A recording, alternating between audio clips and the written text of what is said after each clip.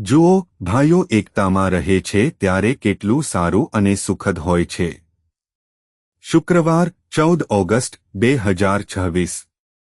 આજે સવારે અમારા ધ્યાન માટે મેં સભા શિક્ષક પ્રકરણ 7 શ્લોક 21 માંથી પસંદ કર્યું છે. કોઈ લોકો જે કહે તે દરેક વાત સાંભળવી નહીં, અથવા તો તમારે તમારા નોકરને તમારી વિશે બુરું બોલતા સાંભળવો જોઈએ. સુપ્રભાત મિત્રો. આપણે એટલા બુદ્ધિશાળી બનવાની જરૂર છે કે લોકો આપણા વિશે વાત કરે છે તે દરેક શબ્દ ન લે. ચાલો આ શ્લોક પર ધ્યાન આપીએ. આ સવારના ધ્યાનની થીમ છે અવગણવાનું પસંદ કરવું. સભા શિક્ષકમાં જ્ઞાની માણસ દરેક વસ્તુ વિશે વાત કરે છે જે નિરર્થક છે, પરંતુ પછી તે જીવનના પાઠ વિશે કંઈક ખૂબ જ રસપ્રદ વાત કરે છે.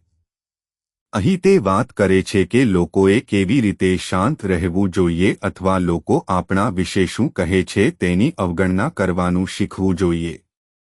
જો લોકો પોતાના વિશે શું વાત કરી રહ્યા છે તેના દરેક શબ્દો સાંભળે છે, તો તેઓ ચોક્કસપણે મુશ્કેલ પરિસ્થિતિમાં જશે, કદાચ હતાશા, કદાચ તેઓ પોતાને ગુમાવી શકે છે. તેથી જ્ઞાની માણસની સલાહ એ છે કે લોકો જે બોલે છે તે બધું હૃદયથી ન લે. સાથીઓ, આપણા જીવનમાં આપણા સૌ માટે આ ખૂબ જ મહત્વપૂર્ણ બાબત છે.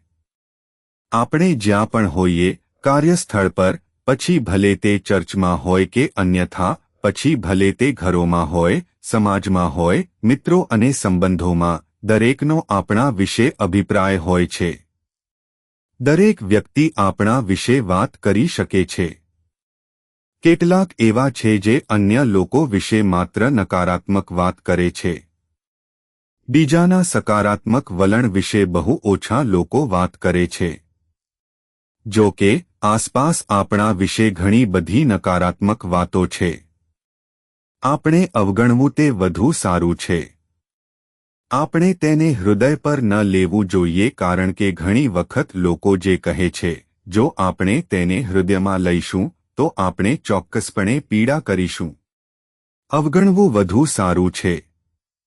આગળ વધવું વધુ સારું છે. આપણા હૃદયમાં કંઈ પણ ન મૂકવું વધુ સારું છે. કારણ કે તેઓ જે કહે છે તે અમારા વિશે તેમનો અભિપ્રાય છે. તે ચોક્કસપણે અમે નથી. ચાલો આપણે બધાને આપણા હૃદયમાં ન આવવા દેવા માટે પૂરતા સાવચેત રહીએ. નહીંતર, તે તેઓ નથી પરંતુ આપણે પીડાય છીએ. પ્રાર્થના. કૃપાળુ ભગવાન, સ્વર્ગીય પિતા, અમને મદદ કરો, ભગવાન, અમારા વિશે બોલાયેલા શબ્દોને અવગણવા માટે જે અમને નુકસાન પહોંચાડી શકે છે.